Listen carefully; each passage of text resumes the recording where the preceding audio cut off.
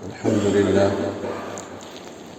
لله وكفى وسلام على عباده الذين اصطفى أما بعد أعوذ بالله من الشيطان الرجيم بسم الله الرحمن الرحيم يا أيها الذين آمنوا بالله ورسوله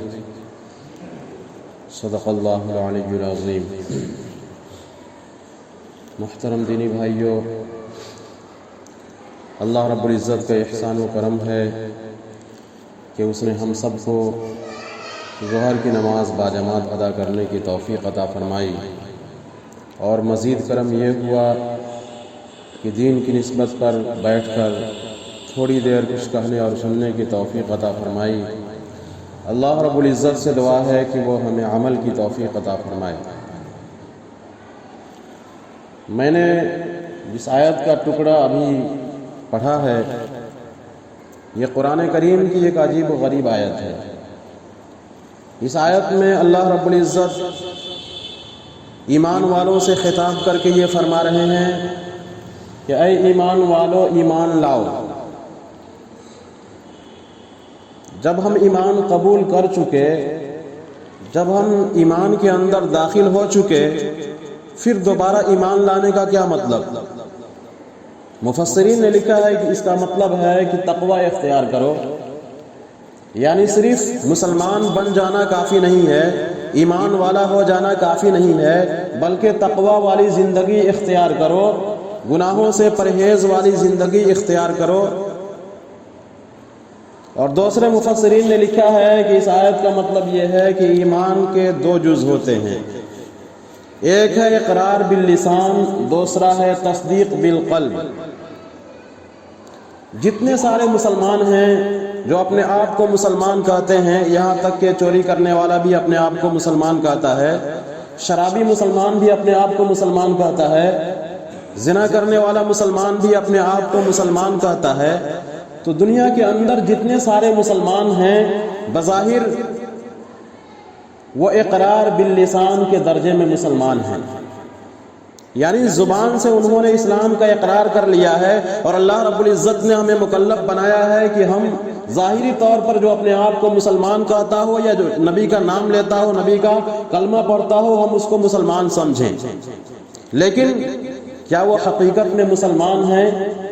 تو اس کے لیے فرمایا کہ تصدیق بالقلب ضروری ہے، یعنی دل کے ذریعے سے اپنے زبانی دعوے کی تصدیق کرتا ہو۔ کلمہ تو پڑھ لیا ہے لیکن کلمہ کے تقاضوں پر عمل نہیں کر رہا ہے، کلمہ پڑھ لیا ہے لیکن گناہوں سے پرہیز نہیں کر رہا ہے، اس کا مطلب یہ ہے کہ اس کے اندر تصدیق بالقلب نہیں ہے۔ تصدیق بالقلب کا درجہ کب حاصل ہوگا؟ جب انسان نیک اعمال اختیار کرے گا، اللہ کے تمام احکامات کو پورا کرے گا، اللہ رب العزت نے جن جن کاموں سے اور جن چیزوں سے منع کیا ہے اس سے پرہیز کرے گا، تو تصدیق بالقلب کا درجہ حاصل ہوگا۔ اور فرمایا کہ جو آدمی جتنا زیادہ تقوی کی زندگی گزارے گا اور جتنا زیادہ نیک اعمال کرے گا، اس کا ایمان اتنا ہی مضبوط ہوگا، اور پھر اس کا ایمان ہی تبلیغ کا درجہ اختیار کر لے گا۔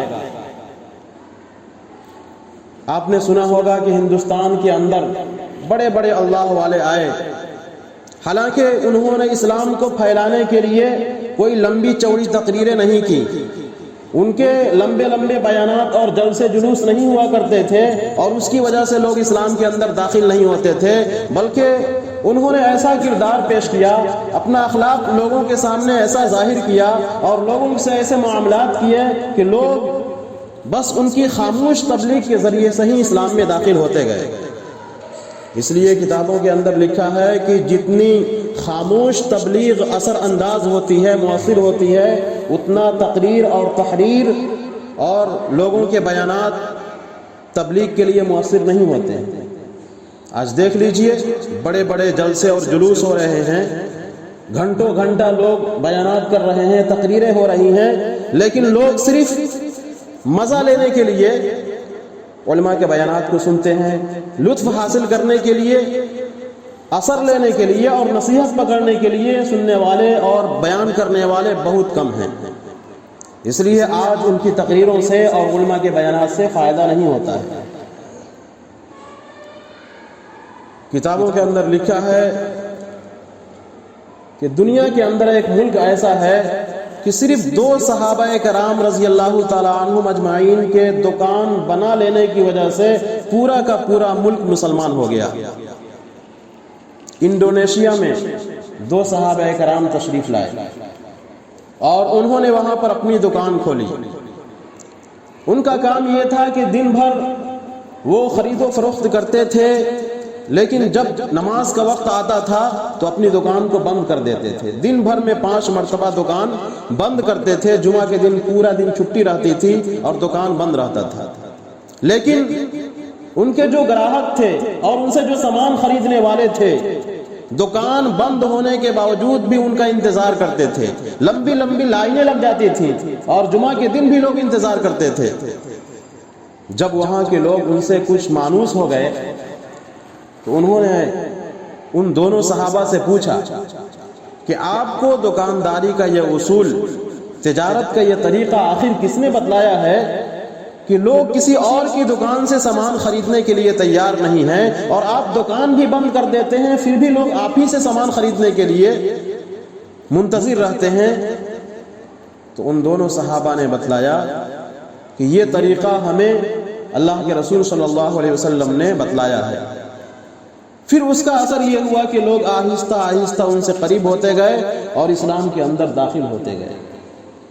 تو انہوں نے اسلام کو پھیلانے کے لیے کوئی تقریر نہیں کی، کوئی لمبی چوڑی واز نہیں کہی، بلکہ انہوں نے اپنا معاملہ، اپنا عمل، اخلاق لوگوں کے سامنے ایسا پیش کیا کہ لوگ ان کے اخلاق سے متاثر ہو کر کے اسلام کے اندر داخل ہو گئے۔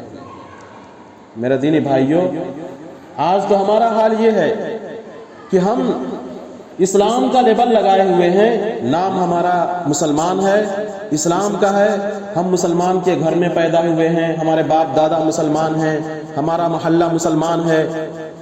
تو ایسے اسلام سے کام نہیں چلنے والا ہے۔ جب تک کہ ہم اپنے پورے وجود کو مسلمان نہ بنا لیں، نہ ہماری ذات سے تبلیغ ہو سکتی ہے اور نہ خود ہماری نجات ہو سکتی ہے۔ غور کیجئے کہ آج ہم اپنے آپ کو مسلمان کہتے ہیں، لیکن کیا ہماری آنکھ مسلمان ہے؟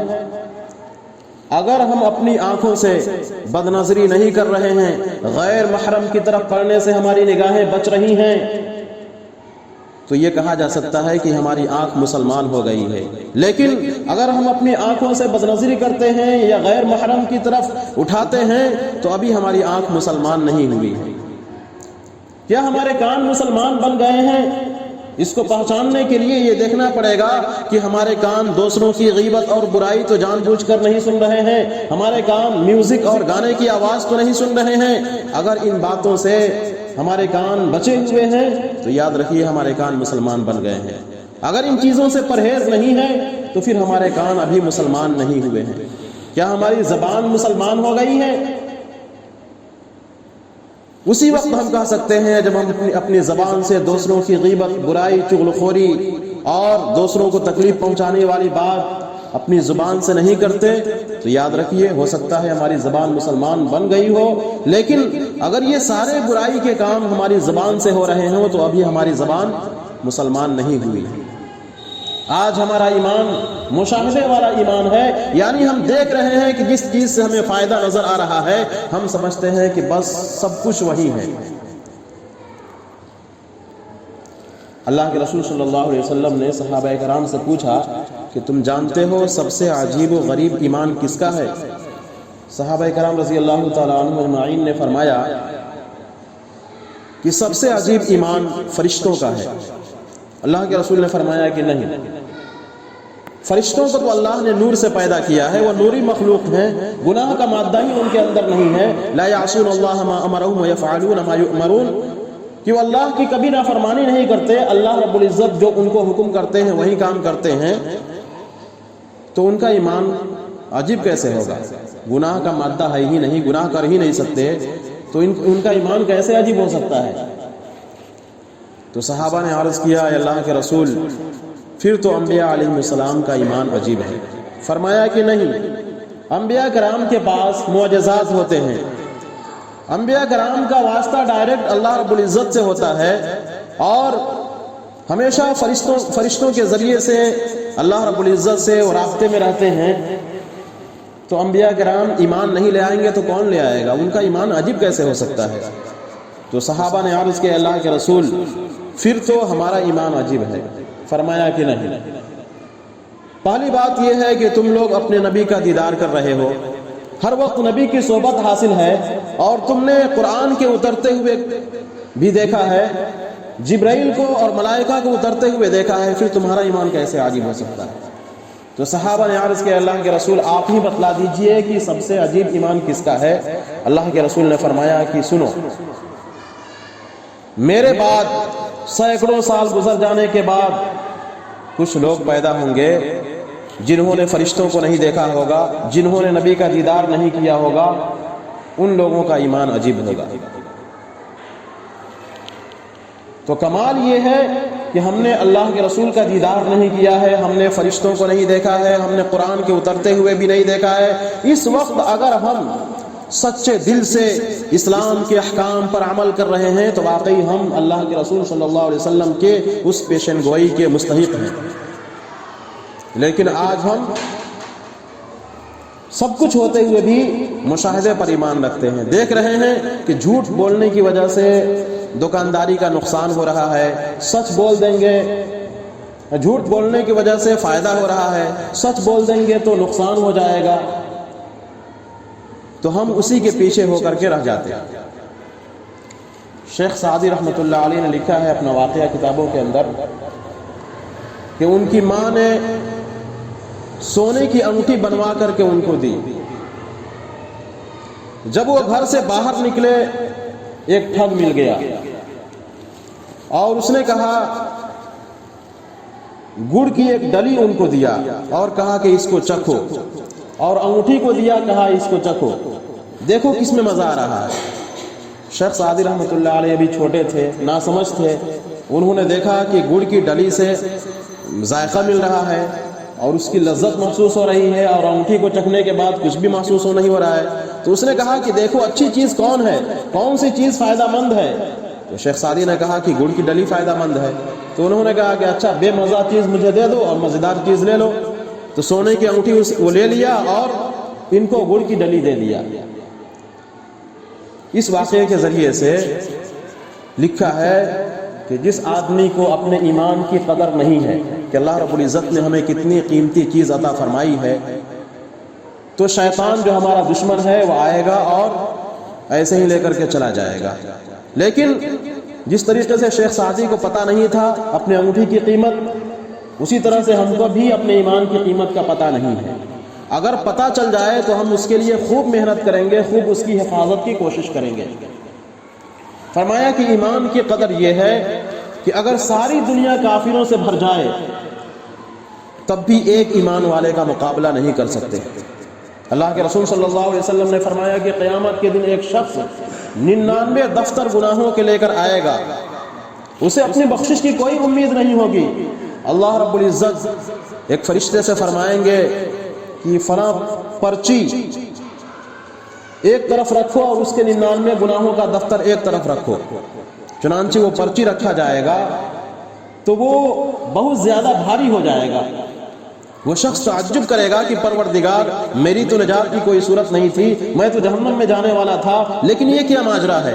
تو اللہ رب العزت فرمائیں گے کہ یہ تمہارا ایمان ہے۔ تو ایمان کی کتنی بڑی قیمت ہے اور کتنا قیمتی خزانہ ہے، لیکن آج ہمیں اس کا احساس نہیں ہے۔ اس لیے ہمیں چاہیے کہ ہم ایمان پر محنت کریں اور اس کے لیے اپنے جان مال کی قربانی دیں، تب جا کر کے ایمان کی حقیقت ہمارے اندر اترے گی۔ تو اس کے لیے اللہ کے راستے میں نکل کر کے ہمیں محنت کرنا پڑے گا، تب جا کر کے ہمارے اندر ایمان کی حقیقت